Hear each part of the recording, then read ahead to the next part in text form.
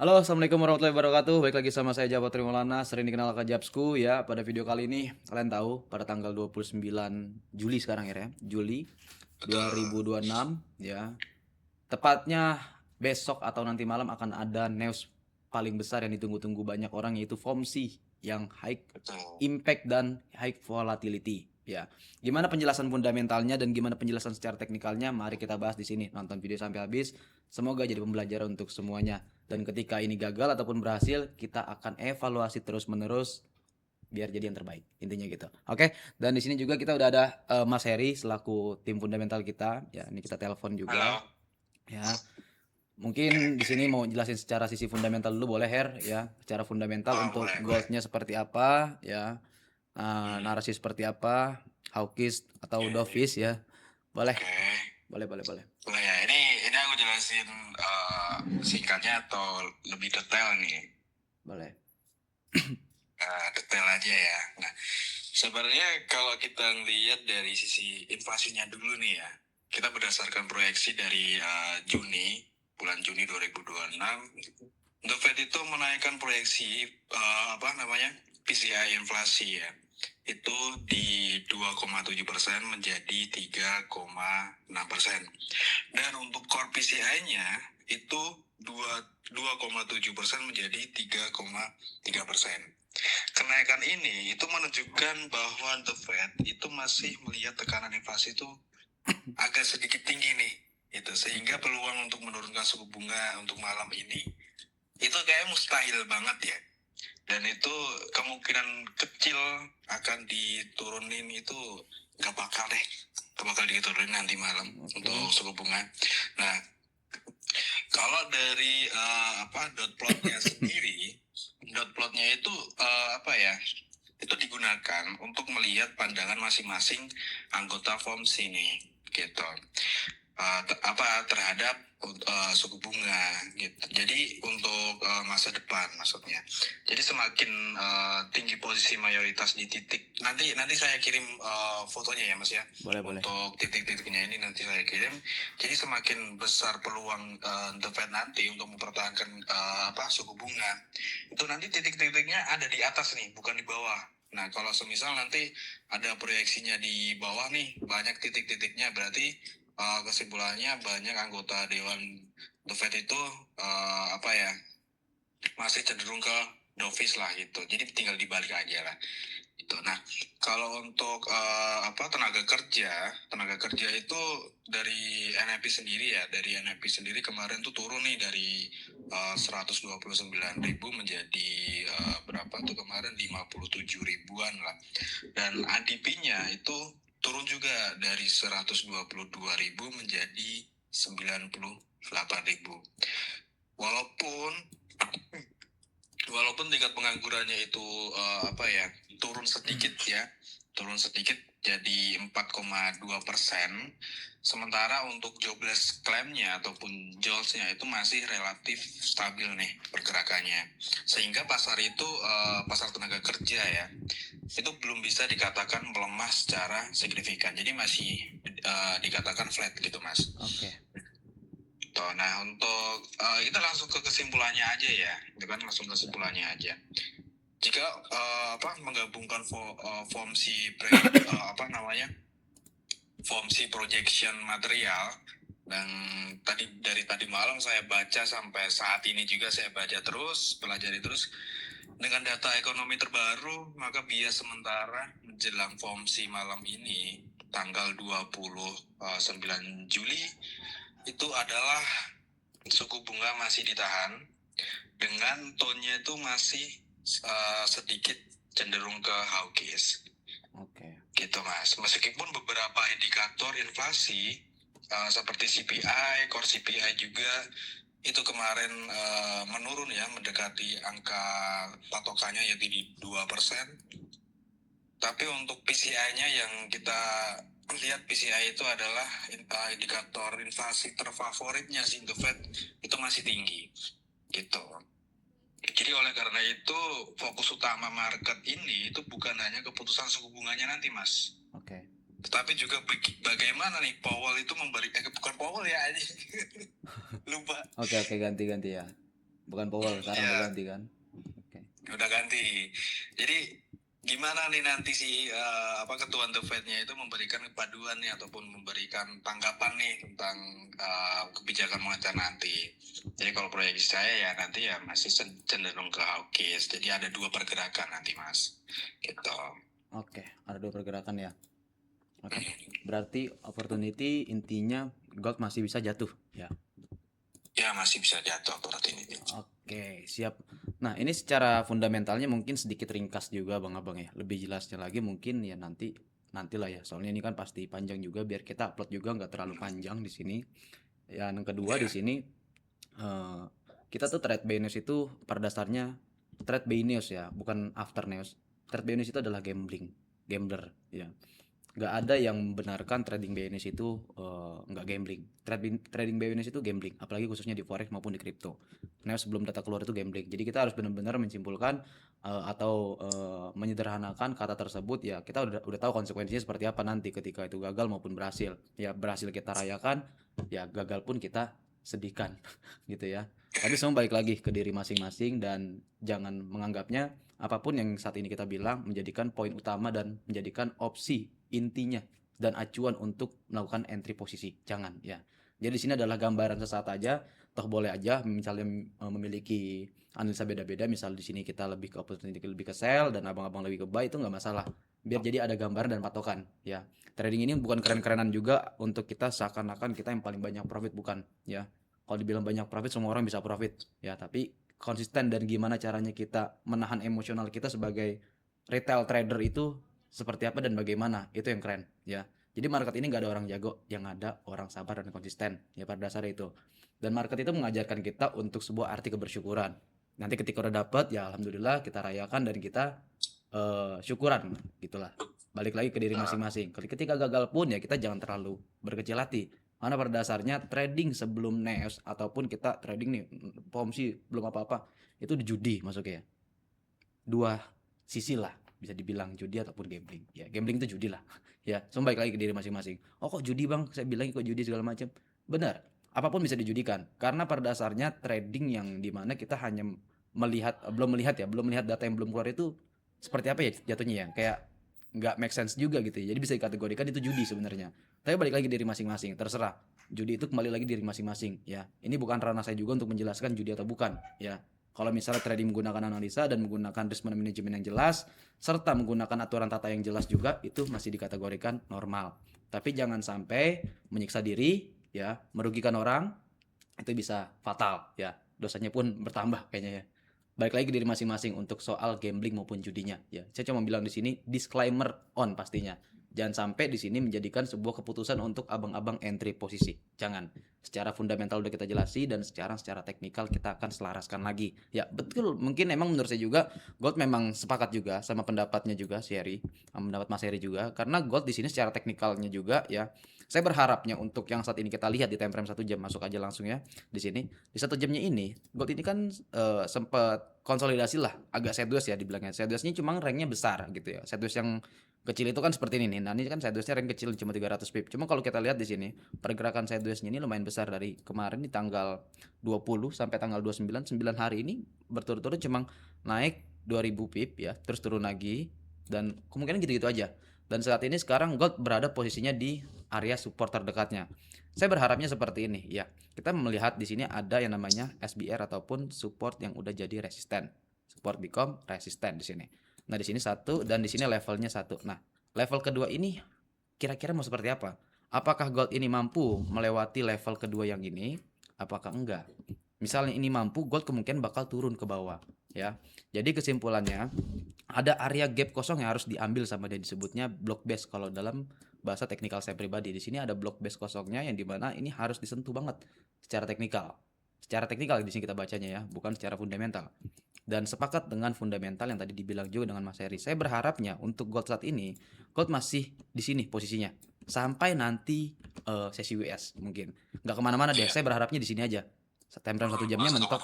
Benar Her. Jadi time frame 1 jamnya ini mentok di 44.9 secara resisten tertingginya ataupun 44.7 sampai di supportnya sekarang di 40.10.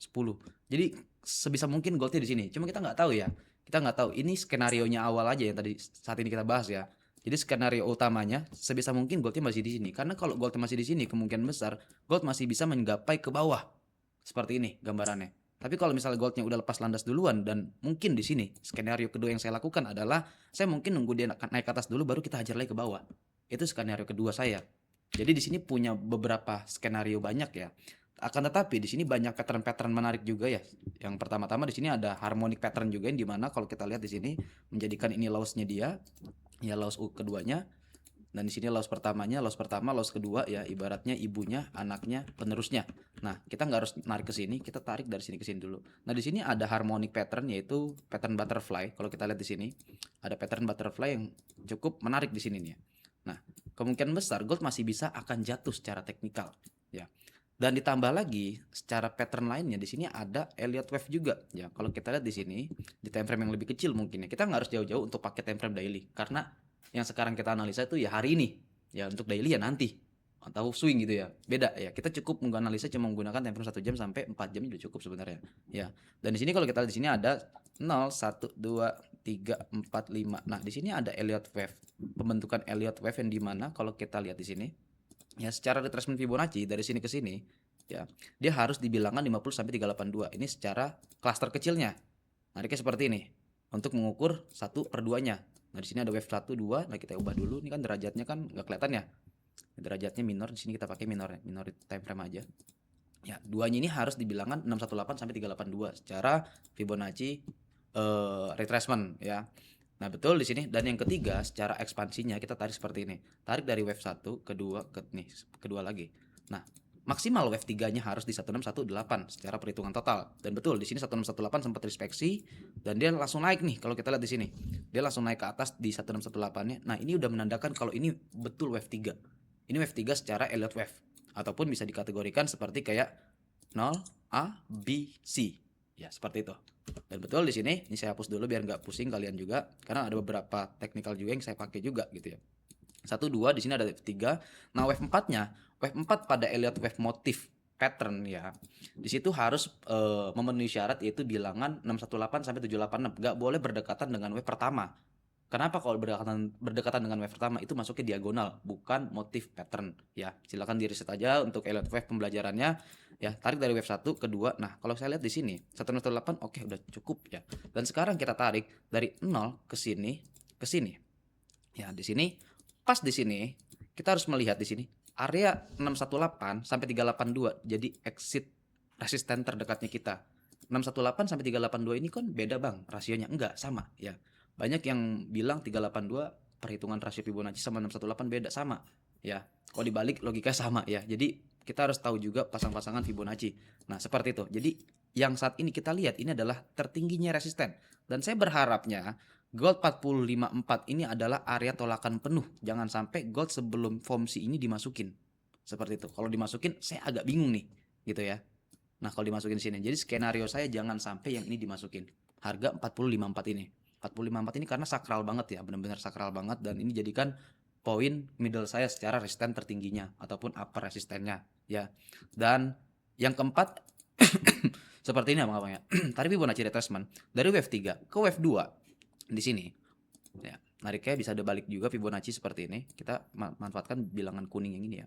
Nah, di bilangan kuning yang ini kita lihat ini. Sebisa mungkin sekarang ini jangan sampai melebihinya. Ini adalah titik sideways-nya dia nih saat ini konsolidasi 4029. Nah, bilangan kuning ini adalah bilangan area 786 ya. Seperti ini. Nah, ini adalah area krusialnya dia nih di sini. Nah, ini secara minor time frame yang paling kecilnya lagi di bawah 1 jam, mungkin 20 menit, 30 menit, 15 menit ya. Penglihatan seperti itu. Tapi di sini kita pakai 1 jamnya aja untuk eksekusinya.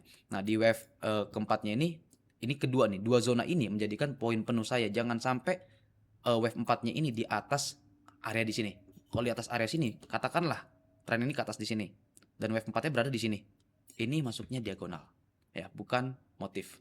Ya, motif itu yang dibilang Elliott wave itu memiliki kesimpulan ya bahwasannya wave 4 itu harus lebih pendek. Harus lebih rendah daripada wave pertama dan nggak boleh memasuki wave pertama di sini. Ya, nggak boleh dimasukin yang ini. Jadi sebisa mungkin wave 4 ini harus di bawah wave pertama secara motif pattern Elliott wave.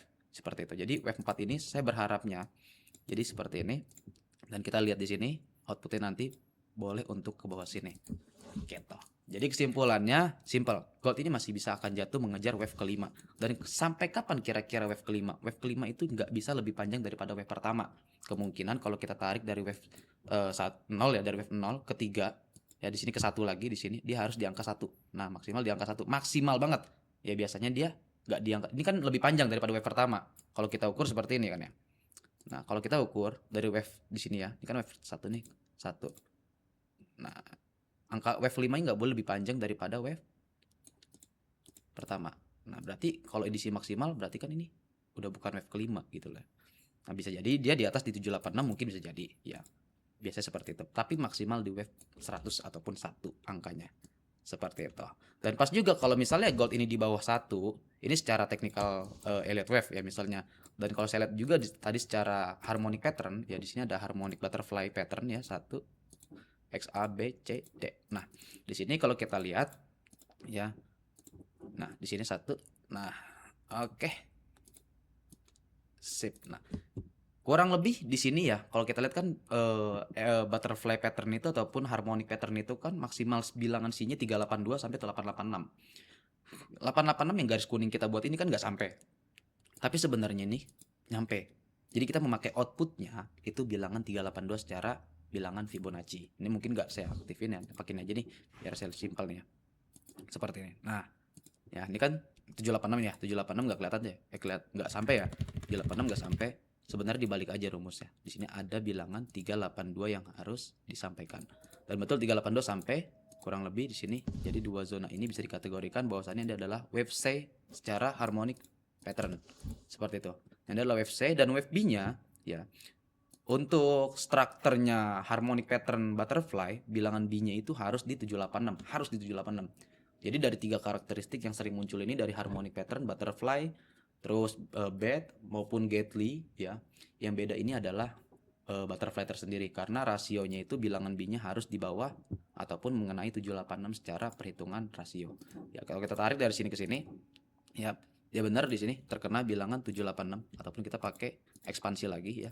Karena saya nggak aktifin bilangan rasionya abang-abang itu yang itu. Nah, kalau saya lihat di sini pas 786 nih.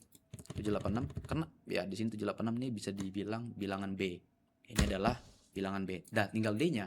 Ya, untuk PRZ potential reversal zone pada harmonic pattern butterfly tersendiri itu kalau kita tarik dari bilangan X ke A, dia maksimal ada di angka rasio ekspansi 1272 secara perhitungan Fibonacci-nya di sini. Mungkin bisa jadi ya seperti ini. Jadi kedua zona yang kita gambarkan ini gold kemungkinan besar akan ke 39 33 bisa ke sana ya, lebihnya bisa lagi ya. Jadi ini secara perhitungan aja. Oke, secara Elliott wave masuk, secara harmonik juga masuk. Dua teknikal ini sudah cukup sebenarnya untuk saya menggambarkan bahwasannya gold ini gambarnya akan ke sini gitu. Ya cukup, udah cukup. Nah, tinggal kita nanti kita tambahin lagi dengan teknikal yang lainnya seperti SND, SNR dan lain-lain lagi ya. Nah, secara SNR juga udah dapat saya di sini. Saya dapat outputnya juga di sini di 4054 secara resisten tertingginya, dan secara support terendahnya di sini di harga 4010 gitu. Jadi kedua zona ini kira-kira mau kemana nih ya. Nah, di sini dia berat banget nih, di 42.9 ini dia berat banget. Sebisa mungkin gold masih di sini. Kalau gold masih di sini, gold ada kemungkinan besar untuk dia jatuh ke bawah ya. Itu analisa dari saya pribadi dan sepakat dengan fundamental yang Mas Heri jelaskan ya Mas ya, bahwasannya gold ini masih bisa jatuh ke bawah. Sepakat juga seperti itu ya. Tinggal kita lihat di sini, kalau misal dia nanti turun FOMC ya, analisa kita berhasil ya alhamdulillah. Kalau nggak berhasil juga misal dijebol di sini ya, jadi reason dari saya misal di sini dia naik nih, sebisa mungkin jangan dijebol aja yang ini. Jadi stop loss saya bisa di sini, stop loss saya bisa di sini ya, tarik TP saya di bawah sini. Nah, ini plan ketiga saya, mungkin skenario ketiga saya, karena skenario pertamanya tadi kita bilang, skenario pertama yaitu dari sini kita sebisa mungkin melihat dulu gitu ya, jangan sampai ini ditembus 42.9-nya ini. Sebisa mungkin masih ambigu lah, sekalipun ditembus dia masih main di area sini gitu ya. Sebisa mungkin. Jadi kita masih bisa enak, masih di dalam zona yang kita miliki di sini. Kalau di luar zona ini udah pusing saya juga nanti. Gitu. Nah, itu secara XAU-nya. Nah, secara DXY-nya juga di sini. Kalau kita lihat DXY-nya, ini terakhir ya. DXY-nya di sini. Oke, secara time frame 4 jamnya kita nggak usah pakai daily. Nah, di time frame 4 jamnya ini kalau kita lihat di sini DXY-nya cukup menarik ya. Menariknya dari apa? Di sini ada resisten yang cukup amat kuat kalau saya bilang. amat kuat di sini, tapi sewaktu-waktu bisa ditembus. Karena positioningnya ini sekarang di XY-nya ini berada di atas RBS di low time frame-nya. Bahwasannya di sini kalau kita lihat di sini RBS-nya juga, di sini RBS ya, di sini RBS-nya juga dia masih clocking di sini. Ya. Jadi sebisa mungkin secara DXY-nya juga jangan sampai ya jangan sampai kemana-mana dulu lah biar saya enak juga dapatnya gitu ya. Kalau misalnya dia nanti DXY-nya masih di sini, kemungkinan kan DXY-nya akan rally ke atas dan impact ke gold kan akan jatuh. Jadi selaras juga dengan analisa yang kita punya juga seperti itu. Ya, jadi sebisa mungkin DXY-nya saya berharap masih clocking di area sini di harga 101.276 sampai 101.148 ya. Nah, untuk tarikan Fibonacci saya seperti ini. Kita buka di time frame yang bawahnya lagi dan saya lihat sekarang di sini. Ya di sini sempat terjadi fake out juga nih. Di sini sempat terjadi fake out juga. Fake out ya, ini saya hapus dulu, ini saya hapus dulu. Yang penting kita udah tahu zonanya. Nah, ini kan resisten tertingginya di respect sama dia. Nah, caranya seperti ini. Kalau kita trading menggunakan market structure, nah saya tahu nih, ini dia fake out di area 1272 kalau saya lihat. Ya, 1272 sampai 13. Oke, kena di sini ya. Sip, dapat. Nah, tugas dari kita di sini, kita hapus dulu di sini dan kita pentingkan, kesampingkan. Ini secara retracement ya, tapi saya nariknya pakai ekspansi ya. Agar sebenarnya sama aja, ya sama aja. Nah, sebisa mungkin kalau kita lihat DXY-nya seperti ini. Nah, DXY-nya ini nanti kayak gini. Kita bisa lebih. Ya, ini secara analisa DXY saya. Jadi kemungkinan besar DXY masih bisa naik ke atas. Jebret. Seperti itu.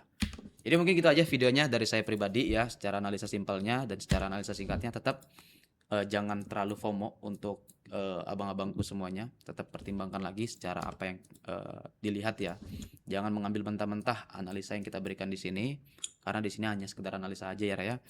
Nggak sekedar jadi acuan gitu ya. Sekalipun berhasil ya rayakan, sekalipun gagal ya rasakan, dan kita evaluasi lagi gimana caranya kita jadi yang terbaik. Itu aja sih. Dan video ini akan tayang di YouTube langsung. Jadi sekian, terima kasih untuk FOMC 29 Juli 2026 sampai tanggal 30 nanti. Semoga semuanya berhasil abang-abang ya. Oke, thank you. Mau buy, mau sell silakan aja. Yang penting kita sudah melihat kondisinya market yang saat ini. Sekian, terima kasih untuk teknikal dari saya dan Harry pribadi. Thank you.